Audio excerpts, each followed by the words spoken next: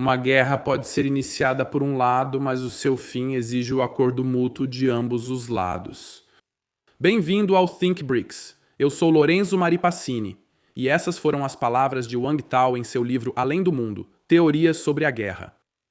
E hoje, enquanto o Oriente Médio enfrenta uma nova escalada, nós perguntamos: a relevância dos BRICS está pronta para seu teste mais difícil? Já está preparada?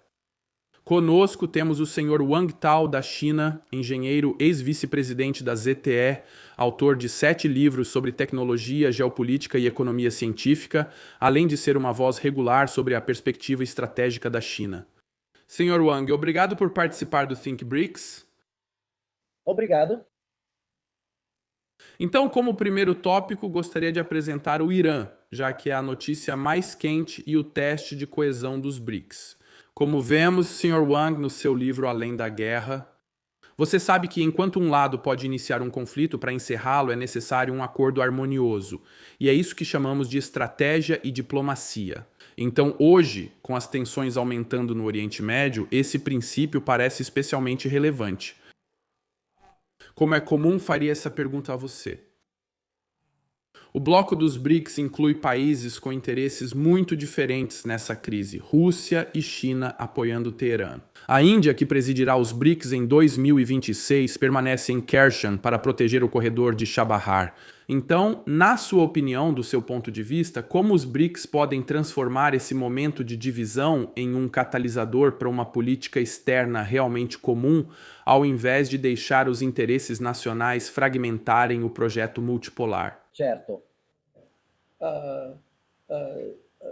Para que mais pessoas, incluindo o povo chinês, entendam. Então, primeiro, vou falar em chinês. Você entende? Não só nos países do BRICS, mas também muitos países em desenvolvimento perderam muitas oportunidades de desenvolvimento devido à sua incapacidade de se unirem como um só. E a criação e provocação deliberada de conflitos pelos Estados Unidos, Israel e outras potências entre eles. A China fez inúmeros esforços para promover a unidade no Oriente Médio, como mediar a paz entre Irã e Arábia Saudita em 2023 e facilitar a união entre diferentes facções políticas palestinas. A China age de forma responsável na promoção da paz e na facilitação de diálogos ao redor do mundo. Enquanto alguns outros países entendem isso, muitos podem não compreender por que a China faz isso. As ações da China são profundamente influenciadas por sua cultura tradicional, onde a harmonia e a cooperação são fundamentais para o país e seu povo. Nossas ações não são simplesmente guiadas pela moralidade, mas também por um resumo do desenvolvimento histórico de longo prazo, experiências, lições e sabedoria. Ao contrário de outras potências coloniais ocidentais que cresceram por meio de saques e práticas predatórias, a China alcançou nosso desenvolvimento nacional e étnico, desenvolvendo indústrias e criando riqueza. Por que a China escolhe usar a cultura de harmonia e cooperação como base para a política internacional? No passado, poucas pessoas na China conseguiam dar uma explicação tão clara. Eu expliquei para muitas pessoas na China as razões muito racionais e práticas por trás da sabedoria chinesa. Suponha que exista um país com uma população de 1 milhão que, pelo vocalista, desenvolvendo suas forças armadas, ele usa seus meios militares para saquear um país com uma população de 10 milhões. Uma vez bem-sucedido, é provável que alcance rapidamente a prosperidade, assim como o Reino Unido fez com a Índia nos séculos 18 e 19. No entanto, a China tem uma população de 1,4 bilhão. Se fôssemos saquear um país com uma população de 10 milhões, mesmo que saqueássemos e tomássemos toda a sua riqueza, os 1,4 bilhão de chineses, depois de dividir todos esses recursos, terão muito pouco impacto ou impacto positivo no aumento da riqueza chinesa. Portanto, esperamos por paz e unidade no mundo, para que todos desenvolvam a indústria juntos, para criar riqueza juntos a longo prazo, não de forma predatória. Só assim a China pode se desenvolver junto com todos os outros. Esperamos que todos os países tenham sucesso em seu desenvolvimento. Talvez não apenas por bondade, mas porque só assim os produtos chineses terão um mercado maior. É uma segurança positiva. Portanto, o desejo da China de cooperar e alcançar resultados de ganho mútuo com todos os países do mundo não é apenas muito sincero, mas também muito racional. Isso está de acordo com o interesse fundamental da própria China? Os Estados Unidos têm uma população de 314 milhões que, embora seja muito menor do que a da China, ainda faz do país uma nação muito grande. Essencialmente, o país não consegue sobreviver a longo prazo apenas com pilhagem e comportamento predatório. Não se trata de uma questão de moralidade, mas sim de uma consideração puramente racional. Infelizmente, os Estados Unidos não possuem essa sabedoria, pois sua história é muito curta.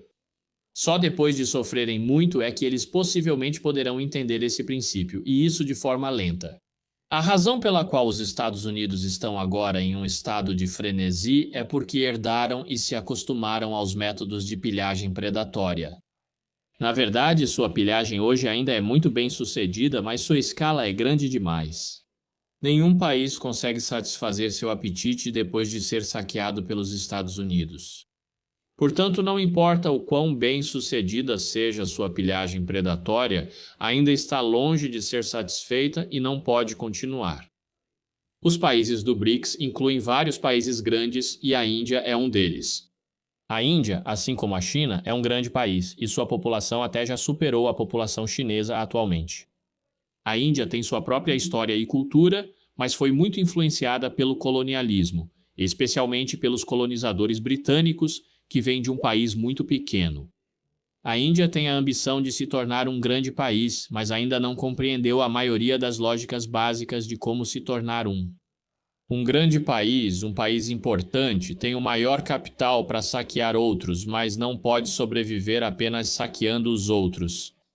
Isso é, na verdade, um problema matemático muito simples. A China se desenvolveu em uma potência econômica e tecnológica global e adota uma cultura de harmonia e cooperação. Se entendermos isso plenamente, será uma oportunidade histórica para o desenvolvimento global, especialmente para os BRICS.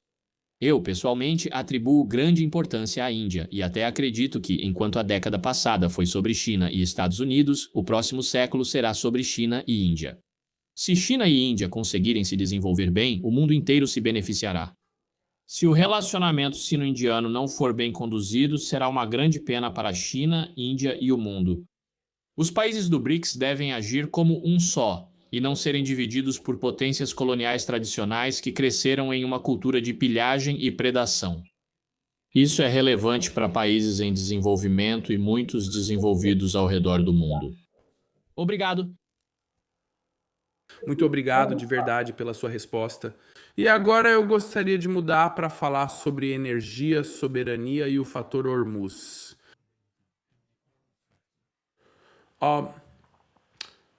A resposta do Irã inclui um bloqueio temporário do Estreito de Hormuz, fazendo com que os preços do petróleo disparem.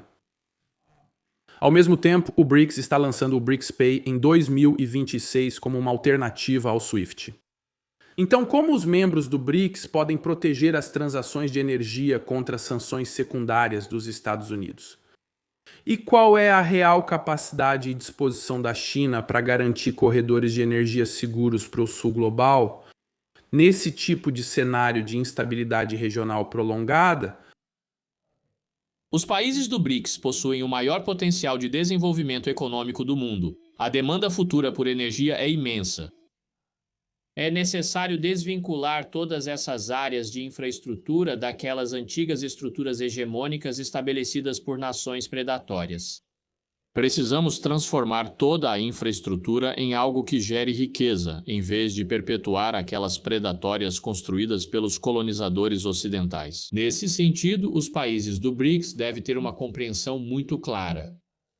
O sistema de pagamentos dos BRICS, ou BRICS Pay, que se origina da Rússia, é um exemplo muito importante de teste.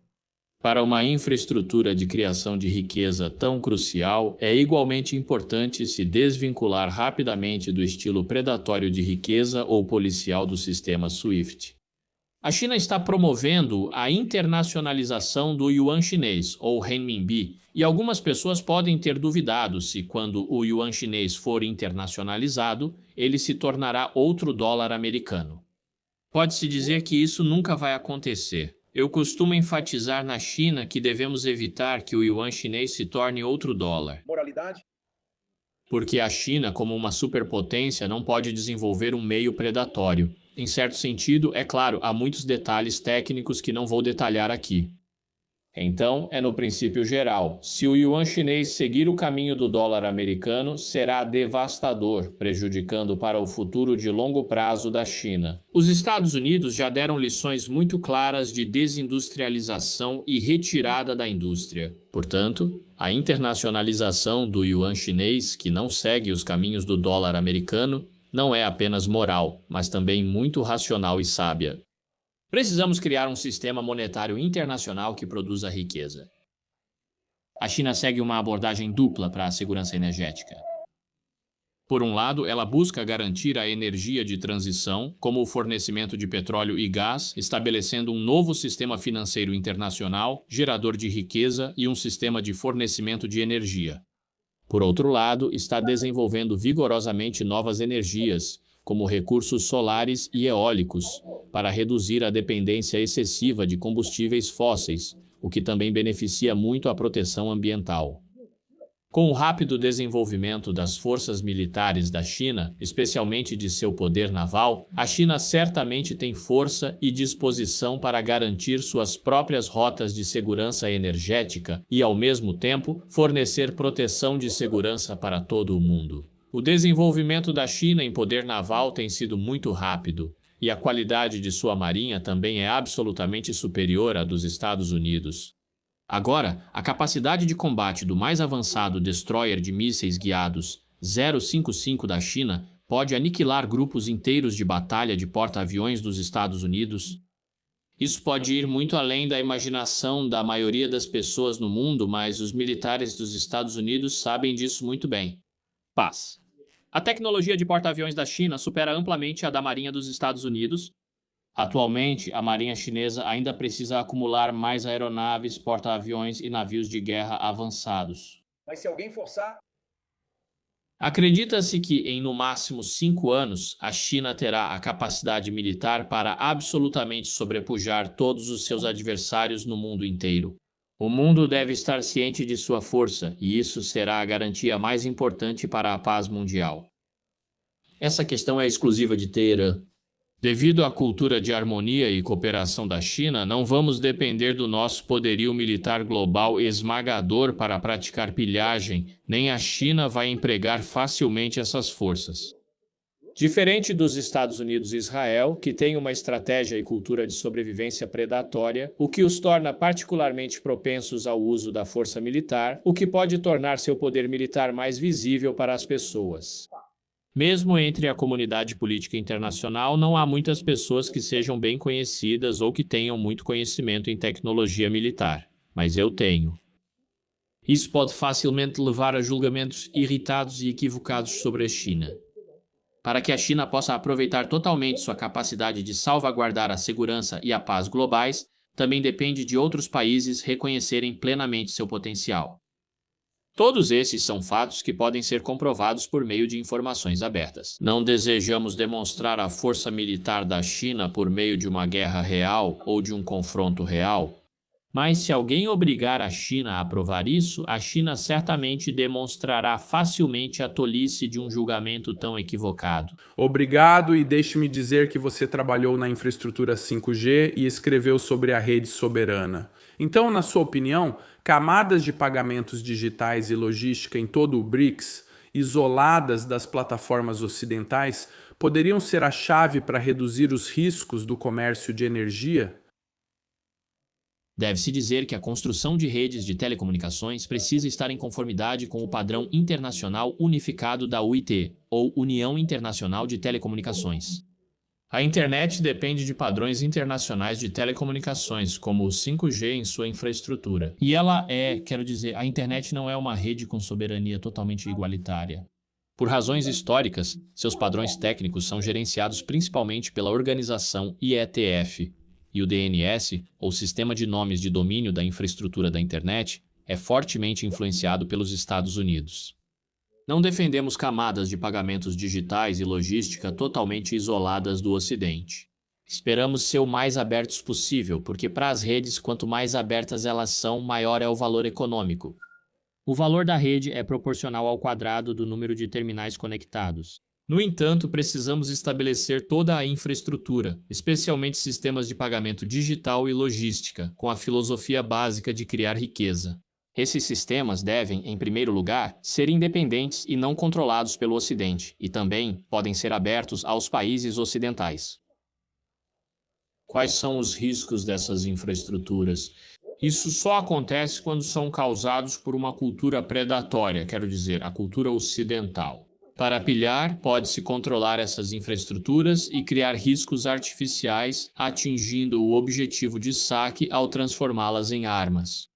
Mas se eles seguirem o princípio de criação de riqueza, não vão criar riscos ativamente, porque isso só traria prejuízos para o próprio comércio deles. Obrigado. Muito obrigado, porque isso é realmente interessante, um ponto muito interessante que precisamos considerar ao olhar para o futuro das questões energéticas e de infraestrutura dos BRICS. Mas agora eu gostaria, exatamente nesse sentido, de passar para o contexto entre Índia e China, que ainda é uma incógnita se é cooperação ou competição. Então, você estudou a Índia profundamente, também escreveu um livro intitulado Índia Incrível e liderou operações de negócios lá. Então, você realmente conhece isso muito melhor do que nós. Então, hoje, China e Índia estão tentando se reaproximar com cautela por meio da diplomacia, mas a desconfiança estratégica permanece. Restam algumas pequenas questões a resolver. Então, além das disputas de fronteira, quais são as verdadeiras barreiras econômicas e tecnológicas que impedem uma cooperação mais profunda entre China e Índia dentro do BRICS? E também, será que a crise do Irã pode realmente se tornar um fator de pressão para que eles se alinhem em relação à segurança energética ou dedicação? A Índia tem uma cultura de negócios muito única que é extremamente focada em buscar o menor preço possível.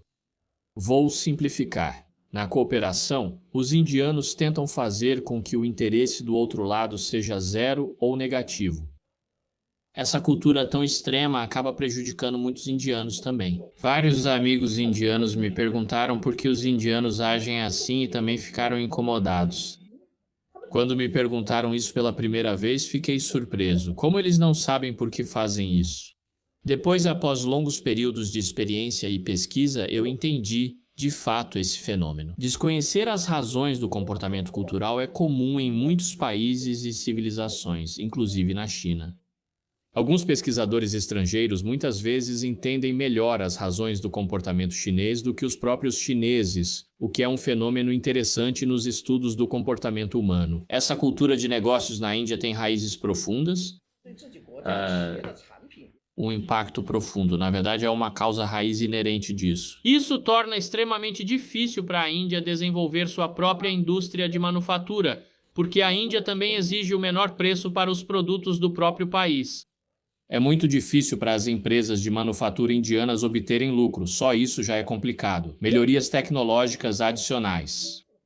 A cultura de negócios única da Índia também impactou fortemente seu comportamento em relações internacionais.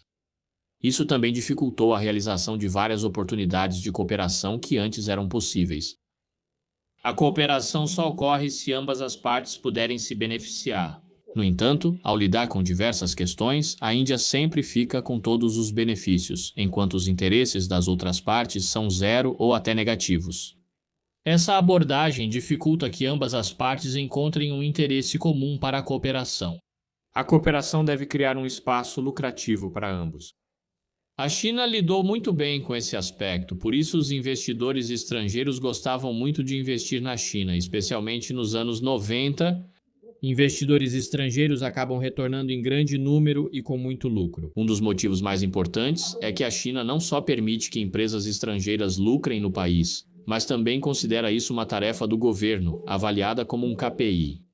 Todo esforço é feito para resolver os problemas de investidores estrangeiros legítimos na China e ajudá-los a ganhar dinheiro. Por muito tempo, muitas empresas multinacionais obtiveram a maior parte, ou a maioria, ou grandes fatias do lucro global a partir da China. Essa é uma razão fundamental pela qual a China se tornou a fábrica global do mundo. Se as empresas estrangeiras não conseguem lucrar na China, geralmente nesses casos, elas não podem culpar o governo chinês por criar um ambiente que as impede de ganhar dinheiro, mas sim estava relacionado a questões ligadas às suas próprias operações, habilidades ou ao desafio do ambiente de mercado. Quais as razões e a sabedoria por trás dessa abordagem? A economia e a indústria da China só continuarão a crescer se muitos investidores estrangeiros escolherem investir no país, especialmente nas fases iniciais de desenvolvimento. Essas empresas estrangeiras também formam muitos trabalhadores industriais e gestores de alto nível na China, principalmente nas fases iniciais. A Índia tem algumas áreas em que se destaca e eu frequentemente apresento isso à China. Por exemplo, a educação indiana dá grande ênfase ao treinamento em gestão, com quase todos os estudantes considerando o MBA como um curso obrigatório. Minha apresentação sobre esse bom exemplo da Índia provocou uma forte reação na mídia chinesa e teve um impacto e influência generalizados. Atualmente, estudantes e funcionários chineses dão mais atenção ao desenvolvimento de habilidades de gestão e tornam esse processo mais sistemático.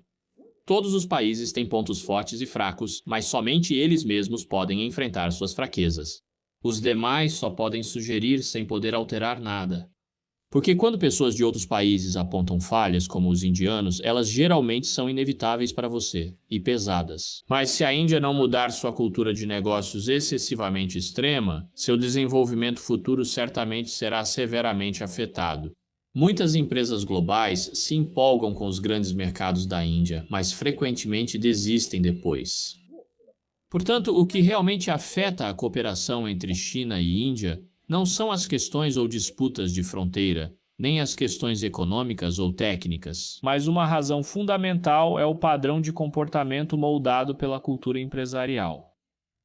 Os países ocidentais enfrentam esses problemas com mais frequência e gravidade do que as empresas chinesas na Índia.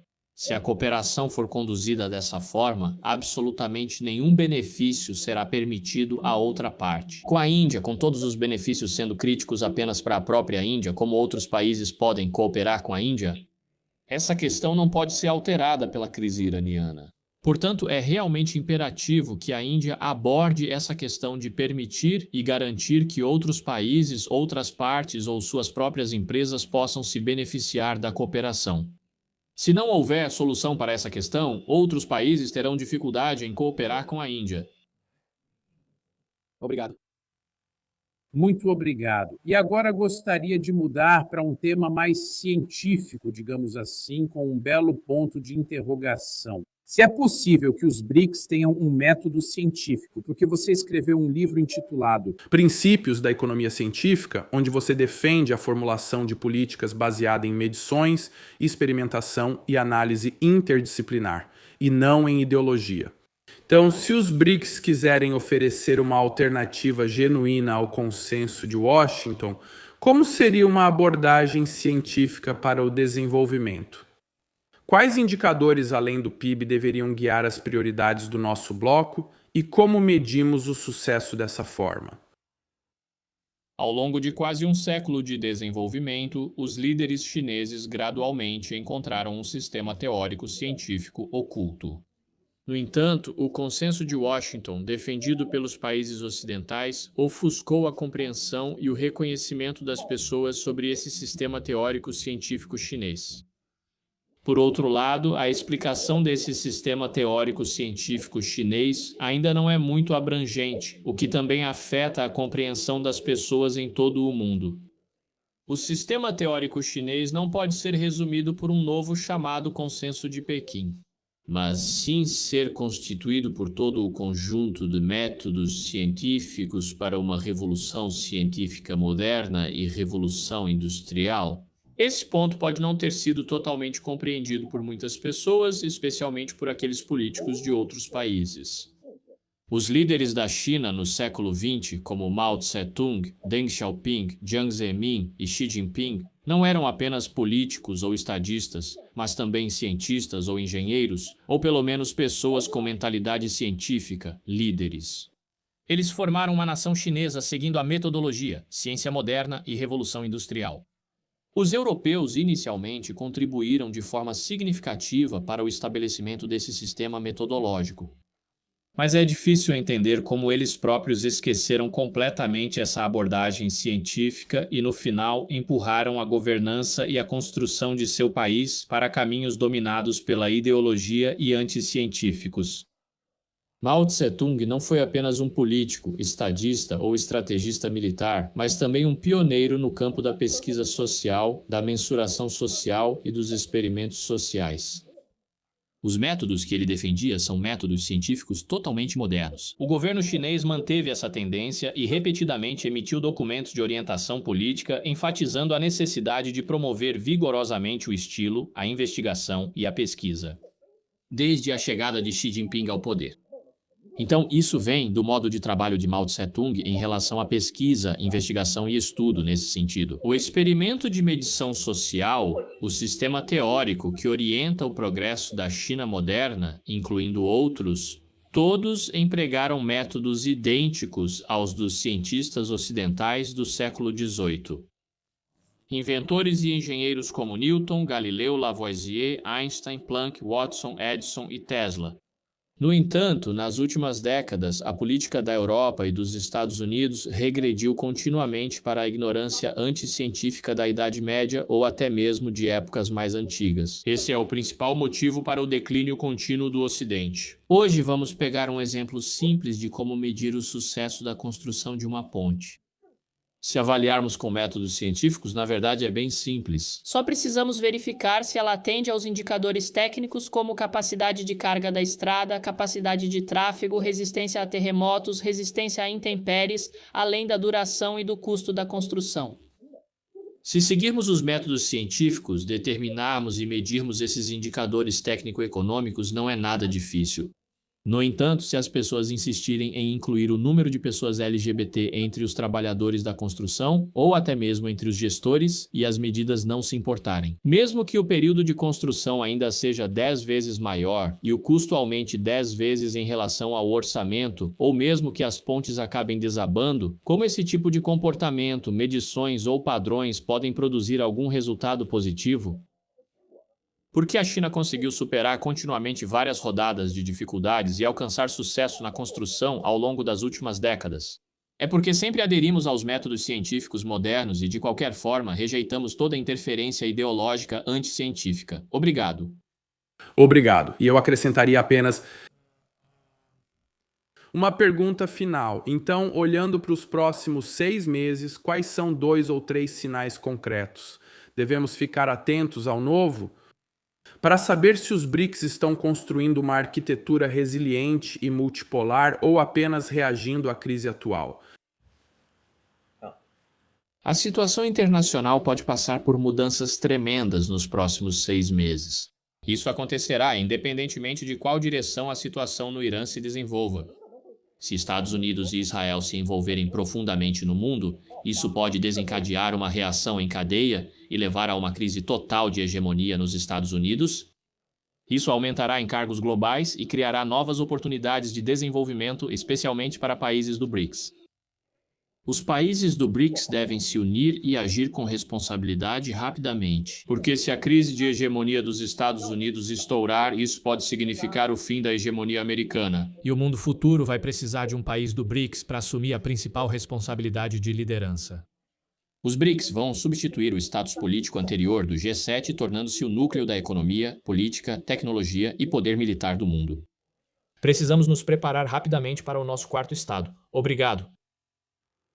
Muito obrigado, Sr. Wang. Obrigado pelos seus insights e suas perspectivas. Isso nos lembra que a multipolaridade não é apenas adicionar novos polos, mas sim construir sistemas que possam suportar pressão. Para nossos telespectadores, o que acham? O BRICS pode transformar crise em decisão? Deixe seus comentários abaixo e inscreva-se para mais análises aprofundadas sobre a nova ordem mundial emergente. Este é o Think BRICS. Muito obrigado a todos.